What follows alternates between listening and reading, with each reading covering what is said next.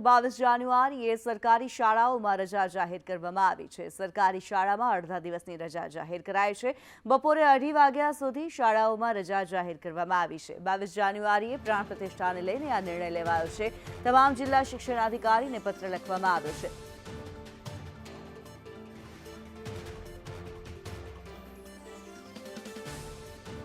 હિરેન રાવલ વધુ વિગતો જણાવી રહ્યા છે। હિરેન, 22 જાન્યુઆરીએ રામ મંદિર પ્રાણ પ્રતિષ્ઠા મહોત્સવને લઈને જે રજા જાહેર કરવામાં આવી છે, શું વધુ માહિતી છે? જો રાજ્ય સરકારે જે સરકારી કચેરીઓ માટે આદેશો કરેલા છે એને અનુરૂપ ધ્યાનમાં રાખી શિક્ષણ વિભાગે પણ રાજ્યની તમામ સરકારી અને અનુદાનિત પ્રાથમિક, માધ્યમિક અને ઉચ્ચતર માધ્યમિક શાળાઓ છે એને આ જાહેરનામાનો અમલ કરવા માટે સૂચના આપી છે કે આ શાળાઓમાં પણ બપોરે 2:30 વાગ્યા સુધી રજા છે તે રજા રહેશે અને ત્યારબાદ શૈક્ષણિક કાર્ય ચાલુ રહેશે એ પ્રકારનો આડકતરી રીતે એનો ઉલ્લેખ કરી શકાય।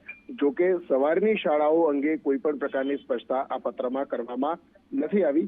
માત્ર સરકારી શાળાઓએ જે સરકારી કચેરીઓ માટેનો આદેશ થયેલો છે પ્રમાણે બપોરે 2:30 પછી કચેરીઓ ચાલુ રાખવી એ પ્રકારની સ્કૂલોએ પણ એને માન્ય રાખવું પડશે।